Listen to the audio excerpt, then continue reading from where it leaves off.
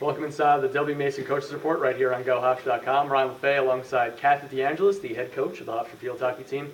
2 wins this past week for the Hofstra field hockey team. 4-3 win at UMass Lowell. Outshot in the game, but Madison Sauvé records her 5th goal of the season. Really under the radar that she has 5 goals in the season, and I guess a good team win as well. Right. Well, I think when you say under the radar, it's clear we've got 2 dominant strikers, and they've led the CA the past couple of years with Claudia Marin-Samper and Stella Schern. Maddie Sauvé is the most explosive player that we have with the fundamental skill, and she's the real package. When she gets in the circle, she has an amazing scoring ability. She needs some more experience at the Division I game, and I think the more minutes that she gets, she's just going to grow and grow and grow. But right now we've got a great line. It's unbelievable, the line of strikers that we have, and hoping to keep them so that they can click and click and click.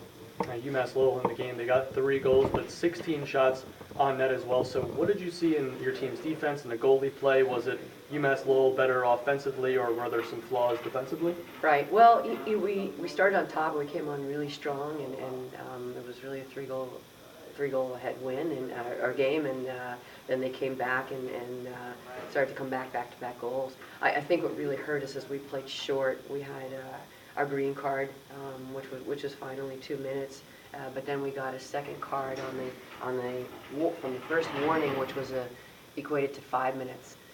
So you're already down 7 minutes of playing short.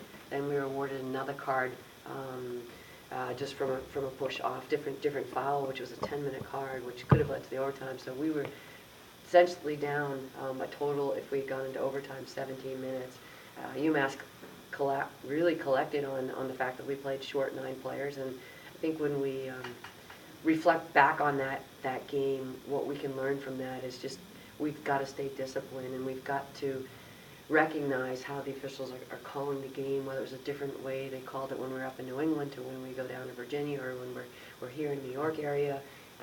We've got to do a better job to recognize the way the game is being played and how that pure discipline. And a much better game against St. Francis University as well. You outshoot the team 28-4, 13-2 offensively, but is it fair to say a pretty frustrating result as you only pull away with a 1-goal win? Well, it's definitely frustrating when you're dominating the play and you've got an opportunity to 10 offensive corners to 1, and it's 28-4 in shots.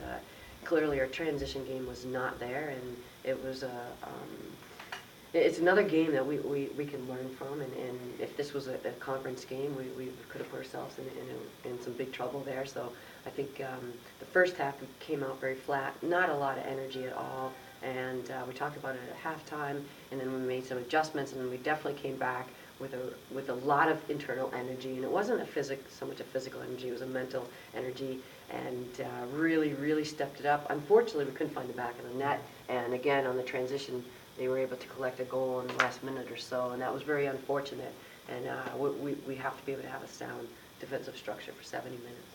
And in that game, Claudia Marin-Samper and Stella Schern score. Claudia Marin-Samper is the CAA co-player of the week, so how about that honor for her? Great. Well, we've been hoping we'd get an honor soon, and well-deserved, and like I said, those 2 players are dominant players of CA, Stella and Claudia, and when their game's on with Maddie Sauvé, I mean, this line is very, very dangerous, and I definitely believe we're the strongest line in the CA. It's going to take a lot for us to continue to grow at that level, but we're doing a great job right now, and we've just got to keep it going. And this week, 2 games, 1 game at home against Fairfield on Friday, the other game at Quinnipiac, or rather at Yale, a neutral game against Quinnipiac. What do you see in those 2 opponents? Well, first of all, Fairfield has a very tough schedule this year, so they've suffered a couple losses, but they're big teams, they're top 10 teams. With their strength of schedule, we know they're going to be very competitive, and that they have the experience in caliber teams, and playing those teams that are top in the RPI, so we've got to take that into consideration. We certainly have also had a very competitive schedule as well, so I think most importantly, this is still a process, and we're using these final 2 games this weekend to prepare for the league and really be CAA ready, so that's our goal for Friday. Kathy Angelis, the head coach of the Hofstra field hockey team. Coach, thanks so much for the time. Great, thanks, and great being here.